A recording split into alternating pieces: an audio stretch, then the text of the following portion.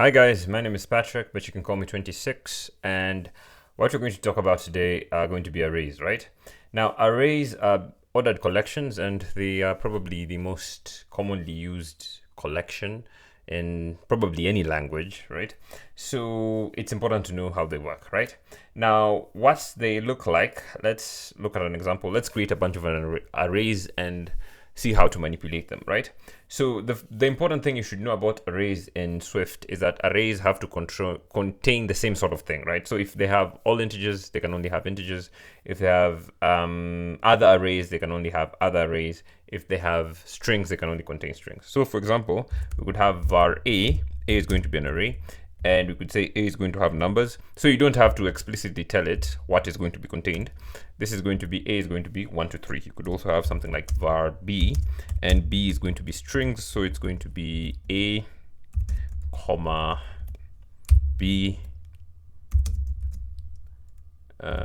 c, right? So those are arrays. You could also explicitly tell it the type that you want. You could say var c, and c is going to be an array, and it's going to contain strings like so. And we could put in the strings. We could come here and we say this is going to be an array, and this is going to be strings of numbers, of course. We could say 1, 2, 3, right? This is okay because these are not actually numbers but are strings, right? Now there might be a case where, particularly if you're loading data from a certain this should be string, by the way. Maybe loading data from remotely, right? You might want to create an empty array first and then maybe later populate it, right? So you could come here and say var d, and d is going to be, and we need to tell it what is going to be inside it. This is going to be an array. It's going to be filled with strings, and it's going to start off empty, right? Or rather, we could put it like this, right? That's going to be an empty string, right? Or we could say something like var e. E is going to be array of string, and we come that, and okay, that's going to be that, right? So this is also going to be an empty string. So you could create an empty string like that, or even if you want, you could make this integers. If you don't want it to be strings, you could make it integers, and later on you could put something like, you could say, you could insert something into it, right? Now I'm going to look at insertions in a bit, right? Let's finish all the ways you could maybe create arrays, and then we can figure out how to put things inside them. Now there are other ways we could specify default elements in an array, right? The elements in an array. So we could say let nums is just going to be an array, and this is going to be an array, and it's going to be filled with ones, right? We say repeating, okay, array repeating, and the repeating, it's going to have 5, the number 5, and it's going to have 5 5s, right? 5 5s. So let's do that, and to see it, we could say print, and we have nums, right? Nums, like so. If we run this, we're going to have 5 5s, right? So this is going to be 5 5 5 5 5 5, right? We've put 5s in 5s, right? Now another thing we might want to do is create a multidimensional array, right? Like for example, a matrix. We could say let matrix, like so. Matrix is going to be a multidimensional array, and let's put it in several lines so that you can see it a bit better. And the first array is going to have a bunch of numbers. So we say 0, 1, 2, put a comma. Next array is going to have 3, 4, 5, put a comma. Then the next one is, we could have the elements being the same in an array, right? It's not a must that it be unique. Like there's another collection type called set where they all have to be unique. So we could just repeat this by saying 3, 4, and 5, right? And then come here and we say print matrix, like so. Run this, and we should see our matrix of 0, 1, 2. They'll all be represented in a sort of line like this, right? So 0, 1, 2. So this is the first element, this is the second element, this is the third element, right? And there are also other ways we could create a multidimensional array. A multidimensional array is what the matrix is, right? So we could come here and we say var, what letter were we at? We were at F. Let's say F. That's going to be array, like so.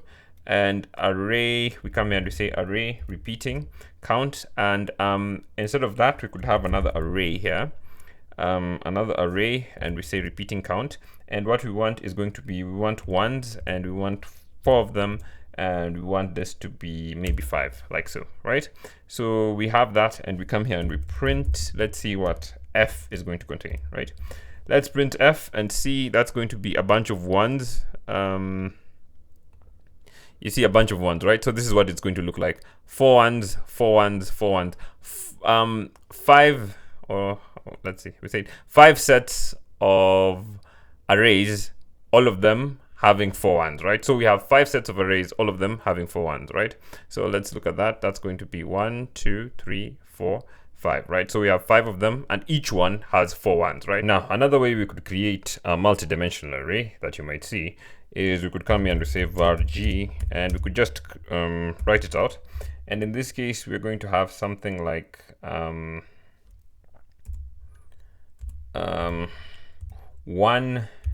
2, and then put another one, say 2, 3, and then 3, 4, right? And that would be that. And of course, you could tell it the type, and in this case, you just tell it that it's going to be an array with an array inside it of integers, right? Like so. So this is what the type would look like. So that is how you would create that, right? Now, let's say you want to access data in an array, right? So let's come here and we say var num. Let's just create an array called num, and this one is going to have the numbers 1, 2, and 3, like so, right? Now we want to access the value. Arrays normally start with 0. The first index is going to be 0, right? So if you want to get the first value, you could come and say print. What do we want to print? We want to print num0, like so. That's going to give us the value 1, right? Because that's the first one. The second one is going to be 1, like so. And the next one is going to be 2, actually, and the final one is going to be 3, right? Or better yet, we could that might be a bit confusing. We could get ABC, right? Copy this, just come here, copy this, come here and paste this, and say var car, and car is going to be that, and come here and say this should be car, like so, right? So if we run this, we should get C, right? Because C is the third one, 0, 1, 2, right? So that's the case. But you might be wondering how we might be able to access an element in a multidimensional array. That would be the next question you have. For example, we want to access this multidimensional array, G, like so. What we would do is you would get the outer array, right? You would come here and say something like G. Let's get rid of that. So since there are 2 arrays, you're going to have 2 square brackets. And the first one is going to be the first array. Like this is array number 0, this is 1, this is 2. So we say we want the second one. So we say 1, and then we want the second element there. So we want 1, 1, right? So that should give us the value 3 if that is the case, right? So we get 3, right? So that's how you would access it in a multidimensional array, right? And we could add 2 arrays, right? So, but they have to be the same type. We couldn't add an array of numbers, integers and characters, right? So for example, in this case, you see B is made up of string and C is made up of a string, right? So what we could do is we could say here var B and C. We come here and say var car. Var car is going to be B plus C, right? So we add B and C because both of them are strings. And then we just print car, like so, right? So let's run this, and we should see A, B, C, 1, 2, 3. Remember, these are characters, or strings rather, because we have put them in quotation marks, right? So that's how you would do it. Now, another thing another way you could do it is you could say something like B plus equals C, right? And then print B, like so, right? This is doing the exact same thing, right? So we have the same, we just take B and to it add C, right? So if you look at the values here, this is how you would actually add it, right? And the next thing you could do is you might want to clear out an array. So you could just say, come here and say something like B is going to be, afterwards, is going to be empty. So if we do this, we're actually going to get an empty array. So we have put the values in B and then we have cleared it out by saying B is actually going to be empty, right? So another thing we could do is there are various methods. So we could say something like b dot remove at, and we want the index 2. So that's going to remove the second element, right? So we get the value that has been removed is c, because we have 0, 1, 2. So that's the third element that has been removed. And then after doing that, we could come here and we say print b so that we can see it exactly after we remove it. So you see a, b, and then c is removed. So we see that has actually been removed, right? And the next thing we could do is we could come here and we say b dot insert, and we want to insert the character z or the string z at what position do we want it? We want at position, let's say 1, right? So if we print b after this, we're going to find a z because we have inserted it at position 1. So we move everything else down a peg, right? Because we have inserted this at position 1, right? Now, then other things you could do is you could check whether or not an array is empty by saying print.b is empty, right? And if we run is empty, we're going to get false, right? Because b has something. But if we come here and we say b equals this, and then we try running it, we're going to get true because it's actually empty, right? And we could also do something like b dot count, like so. It's going to tell us the number of elements in the array. This is going to be 6 because we have added 3 plus 3, which is going to give us 6, right? So those are some of the things you could do. Something else you could do is come here and say b.append. Append adds at the very end. So we say we want to add y at the end, and then we print b so that we can see it. So there are a variety of methods, too many to count probably. So those are some of the methods that we could have there. And you can see here, after we have appended, we have added y to the very end. Another thing we might want to do is we could check whether or not an array has something, right? So we could come here and say something like b dot contains, let's put a dot, b dot contains. Now contains is going to tell us whether or not, it's going to give us a boolean whether or not something exists, right? So we say b, or rather we could actually print it out. Let's come here and do that. Print b dot contains, and what do we want to print it if it contains? We know it contains the value or the element y, so this should give us true because we have appended y, so this should give us true. But we know it doesn't have x, so if we do x, we're going to get the value false because it doesn't contain that, right?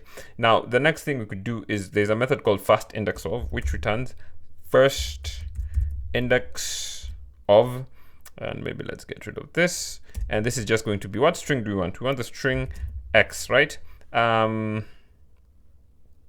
Wait, ditch that. So we have that like so, right? So we have the first index of, run this, and we are going to get nil because x does not exist, but first index of y